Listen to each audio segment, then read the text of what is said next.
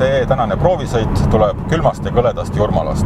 Ilm on siin nii jube, et suvine maapealne paradiis on muutunud justkui põrguks. Tuul on kõva, äsja sadas kohutavat vihma. Päeva muudab helgemaks ainult meie tänane proovisõiduauto, mis on Opel Astra OPC ehk siis Astrate tippversioon. Vaatamata selginenud ilmale on väljas nii kõva tuul, et puhub sokid jalast ära.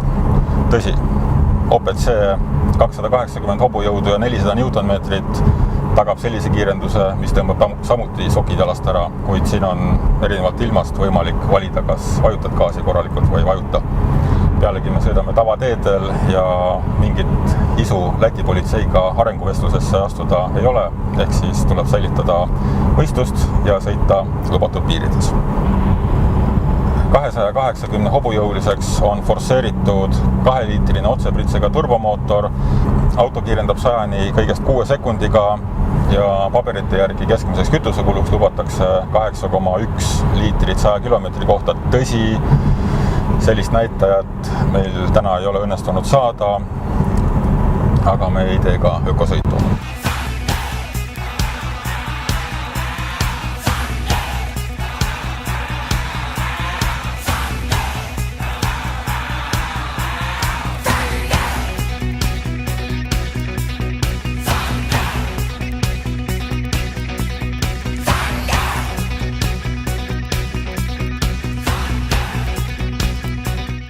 Kui me tuleme Astra ajaloo juurde, siis see mudel, ehk siis Astra J, millest praegune OPC versioon tehtud on, ilmus turule 2009. aastal ja tegelikult on osutunud Opeli jaoks üsna populaarseks mudeliks. Neid on kokku müüdud 700 000 eksemplari ja on Euroopas populaarsuselt 3. mudel.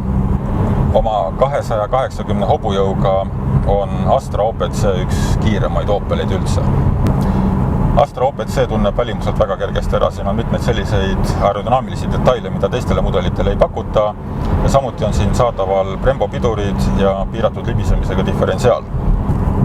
Juhil on võimalik valida mitmete sõiduseadete vahel. On tavaline sõiduseade, on sportlik sõiduseade, aga see õige mõnunupp asub siin kirjaga OPC, mis muudab siis vedrustuse jäigemaks, gaasipedaali tundlikumaks, rooli sportlikumaks ja lisab autole ka veidikene korralikku häält. Ehk siis nagu paljudel teistel autodel tänapäeval kasutatakse siin spetsiaalselt häälegeneraatorit. Vajutad nupule, väljalasketorrustikus avanevad teatud klapid ja hakkab kostma õige hääl.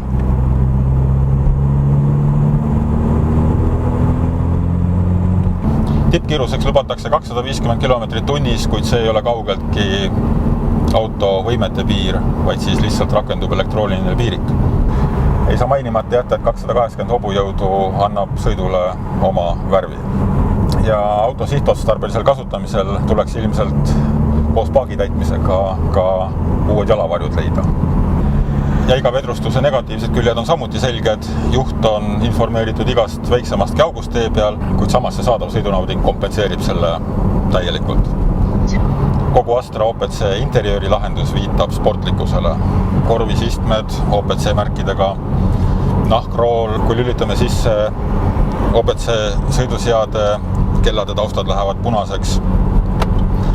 Hästi vinge, hästi lahe. Ma ütleksin, et igati isuäratav kooslus. Just sellist autot me kõik tahaksimegi endale. Pilk OPC hinnakirjale ütleb, et sellise auto saab kätte alates 29 410 euro eest. Kui tellida kogu lisavarustus juurde, siis hind tõuseb umbes paari tuhande euro võrra. Niisiis Opel Astra OPC. Väga sportlik, väga mõnus. Aga teiega me näeme järgmises saates. Nägemiseks.